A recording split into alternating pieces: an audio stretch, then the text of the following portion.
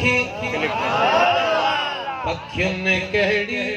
पोखवा पोखी मालिक तन खे दीदो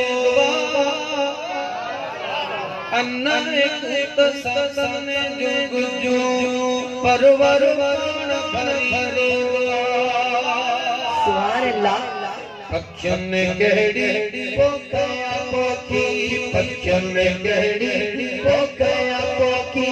पखियुन कहड़ी पोखवा पोखी मालिक तन खे दीदो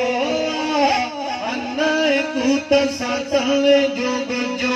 परवर पाण भरी दो अन्ना कुस्त सासावे जुग जो परवर पाण भरी दो सुभान अल्लाह। अन्ना कुस्त सासावे जुग जो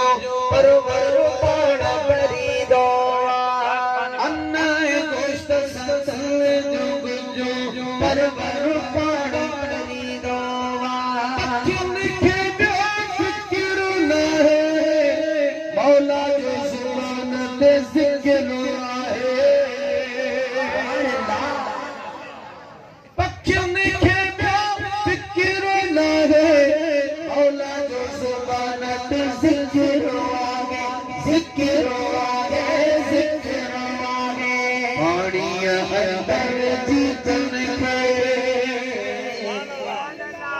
पाणी अंदर जीतन खे पाणी अंदर जीतन खे पाणी अंदर जीतन खे पाणी अंदर जीतन खे परवर पाण पालींदो अन्ना गोश्त सतल जुग जो परवर पाण दीदो पखियुन कहड़ी पोखवा पोखी पखियुन कहड़ी पोखवा पोखी मालिक तन खे दीदो अन्ना कूत ससल जुग जो परवर पाण दीदो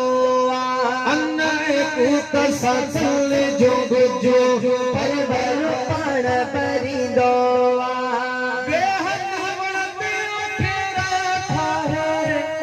पखियुन खे को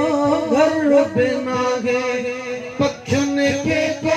घर बिना गे हो जया सर्दी गर्मी हो जया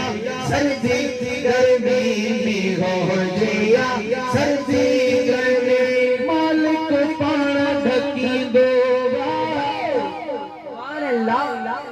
मुझे मालिक जे शान तो कुर्बान थी तो सुभान अल्लाह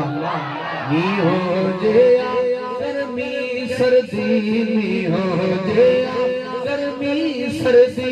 मालिक पाण ढकी दो अन्ना कूत ससन जुग जो परवर पाण भरी दो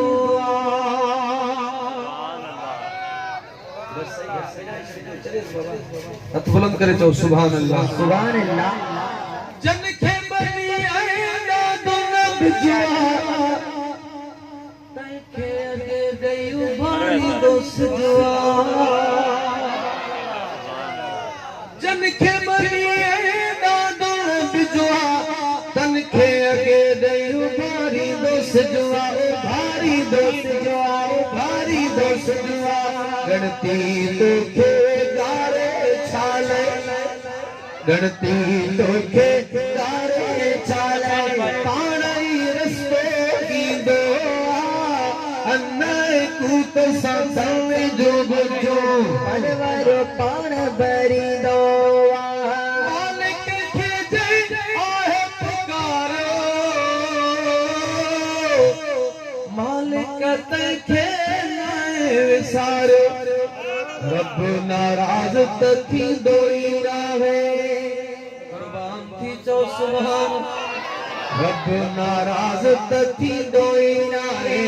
रब नाराज तथी दोई रावे रब नाराज तथी दोई रावे बंदोई मोह मटी दो हे बंदोई मोह मटी दो अन्ना कूत सतन जोग जो परवर पाण भरी दो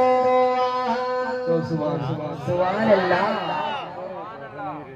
करे सभी इश्क़ सुभान अल्लाह सुभान अल्लाह सभी गर्दी दुरूद पढ़ो तव्हां खे